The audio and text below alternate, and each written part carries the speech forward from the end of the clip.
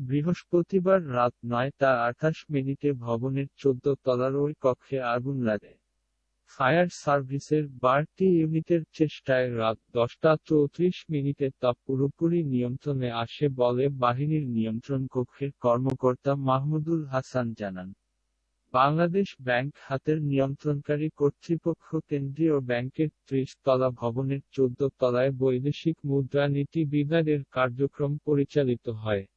আগুনে কি পরিমাণ ক্ষয়ক্ষতি হয়েছে সে বিষয়ে স্পষ্ট চিত্র পাওয়া যায়নি। ক্ষয়ক্ষতি নিরূপণে ৩ সদস্যের একটি কমিটি করেছে বাংলাদেশ ব্যাংক কর্তৃপক্ষ। বাংলাদেশ ব্যাংকের সরকারি মুখপাত্র, মহাব্যবস্থাপক আবুল কালাম আজাদ বিডিনিউজ24.com-কে বলেন, অল্প সময়ের মধ্যে আগুন নিয়ন্ত্রণে আসায় বড় ধরনের কোনো ক্ষতি হয়নি।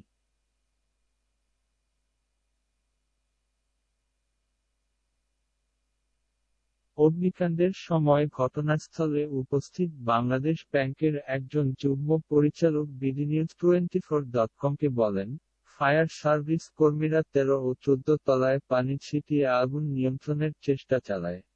তাদের চেষ্টায় আগুন ততটা ছড়াতে পারেনি। আগুন নেভার ঘণ্টাখানেক পর ফায়ার সার্ভিসের মহাপরিচালক আলী আহমদ কেন্দ্রীয় ব্যাংক থেকে বেরিয়ে সাংবাদিকদের বলেন, ১৪ তলার দক্ষিণ-পূর্ব কোণের ওই কক্ষের ১০-১৫% পুড়েছে, কোনো কম্পিউটার সার্ভারে আগুন লাগেনি, তবে কিছু ফাইলপত্র পুড়ে গেছে। কিভাবে আগুনের সূত্রপাত সে সম্পর্কে নিশ্চিত হতে পারেনি ফায়ার সার্ভিস। আলী আহমদ বলেন, যে কক্ষ পুড়েছে সেখানে একটি ইউপিএস ছিল, ওইটা থেকে আগুন লাগতে পারে। আগুনের কারণ অনুসন্ধানে ফায়ার সার্ভিসের পক্ষ থেকে ৫ সদস্যের একটি কমিটি করা হয়েছে বলে জানান তিনি। আগুনে গুরুত্বপূর্ণ কোনো নথি পুড়েছে কিনা জানতে চাইলে ফায়ার ব্রিগেডের ডিজি বলেন, বাংলাদেশ ব্যাংকের কর্মকর্তারা তা খতিয়ে দেখছেন।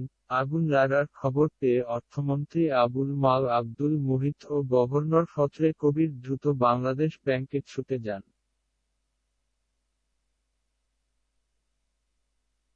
আগুন নিয়ন্ত্রণে এলে অর্থমন্ত্রী চলে গেলেও রাত ১২টায় কর্মকর্তাদের নিয়ে গভর্নর ব্যাংক ভবনে অবস্থান করছিলেন বলে আলী আহমেদ জানান। রাত ১১:৩০টার দিকে অর্থ প্রতিমন্ত্রী আব্দুল মান্নানও কেন্দ্রীয় ব্যাংকে ঢোকেন। এর আধা ঘণ্টার পর বাংলাদেশ ব্যাংকের নির্বাহী পরিচালক মো. শফিকুল ইসলাম সাংবাদিকদের বলেন, আগুনে কি পরিমাণ ক্ষয়ক্ষতি হয়েছে তা খতিয়ে দেখতে ৩ সদস্যের একটি কমিটি করা হয়েছে। নির্বাহী পরিচালক আহমেদ জামাল নেতৃত্বাধীন এই কমিটিতে ২৮ মার্চের মধ্যে প্রতিবেদন জমা দিতে বলা হয়েছে বলে জানান তিনি। রাত ১২:৩০টার দিকে কেন্দ্রীয় ব্যাংক থেকে বেরিয়ে প্রতিমন্ত্রী এম এ মান্নান সাংবাদিকদের বলেন, এই ঘটনা তদন্তে বাংলাদেশ ব্যাংক ও ফায়ার সার্ভিস দুটি কমিটি করেছে। এরপরও উচ্চ পর্যায়ের একটি টেকনিক্যাল কমিটি করার জন্য আমি ব্যক্তিগতভাবে অর্থমন্ত্রীকে বলবো। গত বছরের রিজার্ভ চুরির দিকে ইঙ্গিত করে তিনি বলেন, কেন দুটি ঘটনা ঘটল?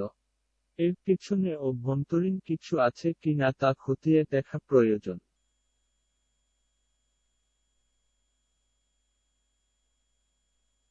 বিষয়টি খুব গুরুত্ব সহকারে দেখা হবে জানিয়ে তিনি বলেন, জনগণ এটা গ্রহণ করবে না, আমরা সিরিয়াসলি না দেখলে আমরা দায়ী থাকব।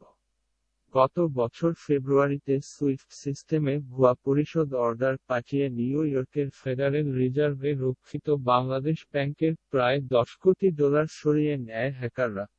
এর মধ্যে ৮,১০,০০,০০০ ফিলিপিন্সের রিজল কমার্শিয়াল ব্যাংকিং কর্পোরেশন আরসিবিসির একটি শাখা হয়ে জুয়ার বাজারে চলে যায়। ওই অর্থের একটি অংশ বাংলাদেশ ফিরে পেলেও বেশিরভাগই ব্যাহত রয়েছে।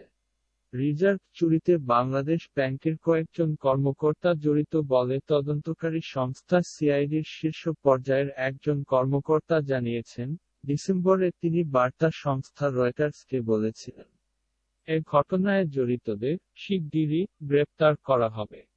ওই ঘটনা তদন্তে সরকার গঠিত তদন্ত দলের প্রধান মোহাম্মদ ফরাসুদ্দিনও রিজার্ভ চুরিতে বাংলাদেশ ব্যাংকের ৫ কর্মকর্তার দায়িত্বে অবহেলা ও অসতর্কতার প্রমাণ পাওয়ার কথা জানিয়েছিলেন।